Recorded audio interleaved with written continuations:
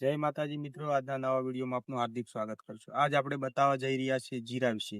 જીરામાં આપણે 45 દિવસ થઈ ગયા છે। આપ જોઈ શકો મિત્રો જીરું। જીરામાં આપણે 35 દિવસ ગંધક પૂંખી અને પાણી આપ્યું છે। 3 પાણી પાયા છે જીરાને। નિંદામણનું કામ પણ પતી ગયું છે, આપ જોઈ શકો છો।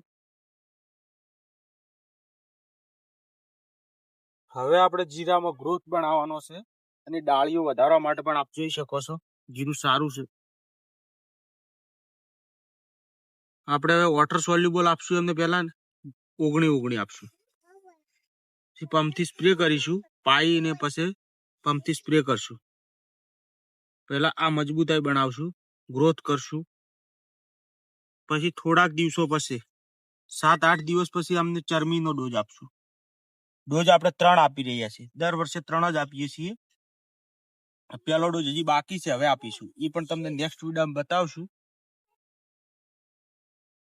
અત્યારે શું છે, ગ્રોથની જરૂર છે। અત્યારે કોઈ એટલી બધી ઠંડી કે હિમ પડતો નથી, ઠંડી બિલકુલ ઓછી છે,